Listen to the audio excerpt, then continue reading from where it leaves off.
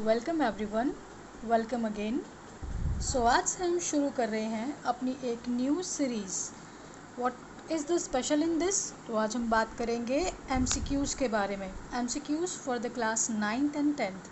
आप लोगों को पता ही होगा कि 9th 10th में एमसीक्यूज़ का बहुत बड़ा रोल है सोशल स्टडी के अंदर। ठीक है, तो एमसीक्यूज़ के अप्रॉक्स 10 क्वेश्चंस टू 20 क्वेश्चंस आते हैं। अगर हम फिल इन दी ब्लैंक्स इन सबको जोड़ के बात करें तो 20 नंबर के हमें एमसीक्यूज़ को अटेम्प्ट करना पड़ता है। सो फॉर दैट पर्पज़ आज हमने एक सीरीज़ अपनी स्टार्ट करी है एमसीक्यूज़ की, जो चैप्टर वाइज 2 या 3 पार्ट में ख़त्म होगी। So today we are starting from history. Alright, so history का chapter number 1 the French revolution. ठीक है, बात करने जा रहे हैं द फ्रेंच रेवोल्यूशन के एमसीक्यूज़ के बारे में। तो देखो, द फ्रेंच रेवोल्यूशन की बेटा जो स्टोरी है वो स्टोरी किस आदमी के ऊपर बेस्ड है, क्या कहानी है? पूरे फ्रांस की कहानी है, पूरे फ्रांस की कहानी है। हम बात करेंगे फ्रांस के ऊपर, कैसे फ्रांस के अंदर जो लोग थे, वहाँ पे जो एक राजा था लुइस 16 के बारे में हम बात करेंगे, लुइस 16 की चीज़ें। उसके बाद फिर इन सब चीज़ों के बारे में आगे आगे हम देखेंगे। ठीक है, तो जो लुइस 16 था, ठीक है, ये सब चीज़ें। तो स्टार्ट करते हैं फ्रेंच रेवोल्यूशन। ठीक है, देखो नंबर 1 से स्टार्ट करते हैं, 1 बाय 1 रीड करते चलेंगे। बात करते हैं पहले क्वेश्चन की। तो पहला क्वेश्चन क्या था? सबसे पहला इंपॉर्टेंट क्वेश्चन कि द फ्रेंच रेवोल्यूशन, रेवोल्यूशन का मतलब होता है चेंजेस आना, क्रांति आना। तो सबसे पहले फ्रेंच में जब रेवोल्यूशन आया था, क्रांति आया था, वो कब आया था? फ्रेंच में रेवोल्यूशन का स्टोरी था जब वो आई थी 14 जुलाई 1789।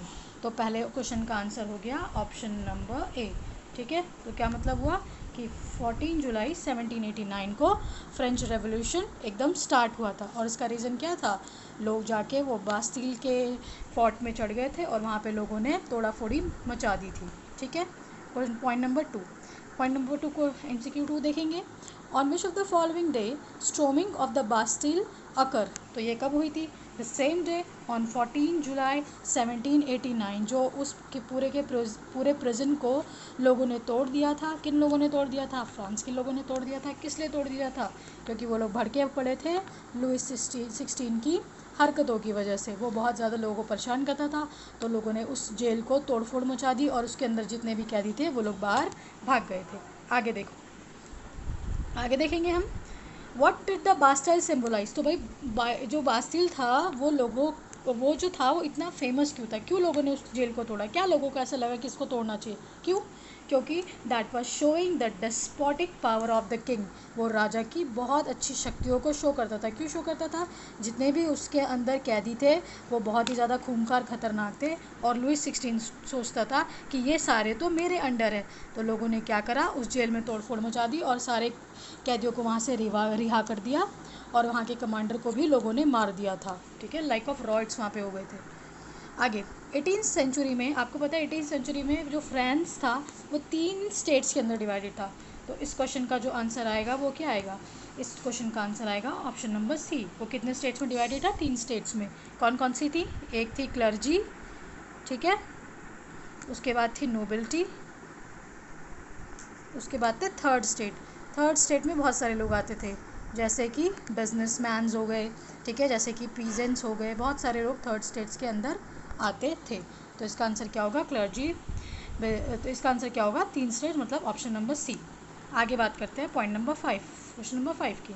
विच of the following constitute the privilege class? सबसे ज़्यादा प्रिविलेजेस किसको मिलती थी? तो मैंने आपको बताया था 2 ऐसी फर्स्ट और सेकंड स्टेट के लोगों को टैक्स नहीं देना पड़ता था। तो उन लोगों को जन्म से ही बाय बर्थ प्रिविलेज मिलती थी। उन लोगों को कोई टैक्स नहीं देना पड़ता था, उनके मज़े ही मज़े थे।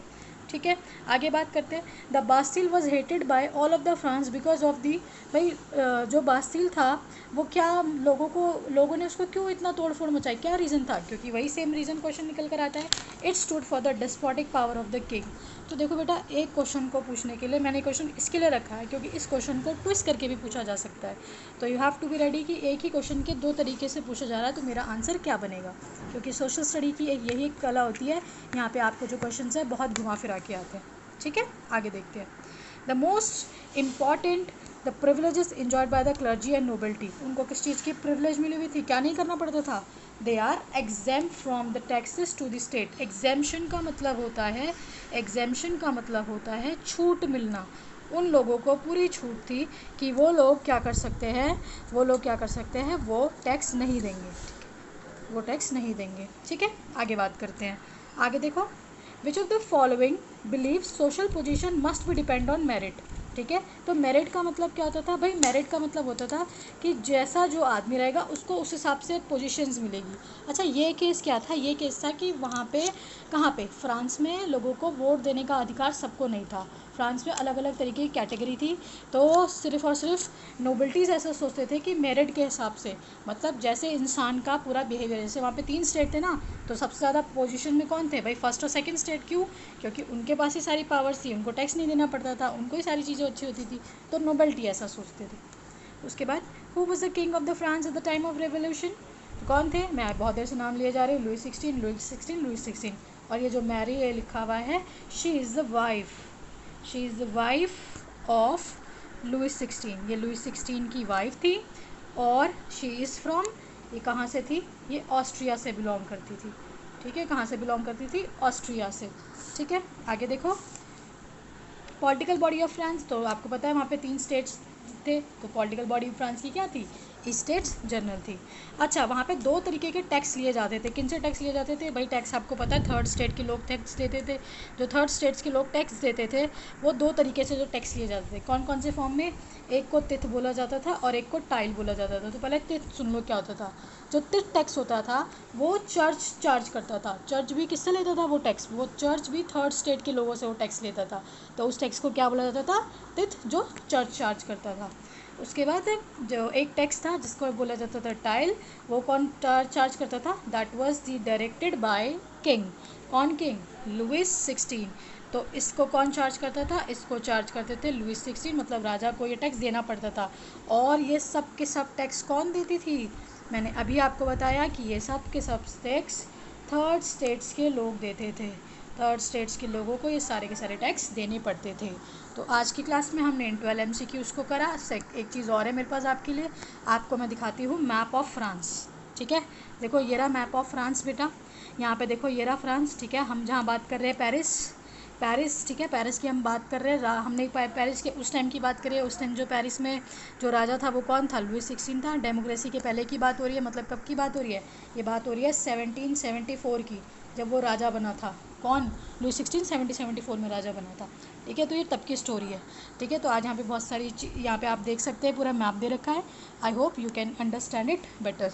तो आज की क्लास के लिए इतना ही, कल दोबारा मिलेंगे नई MCQ सीरीज़ के साथ। Till then take care, bye bye.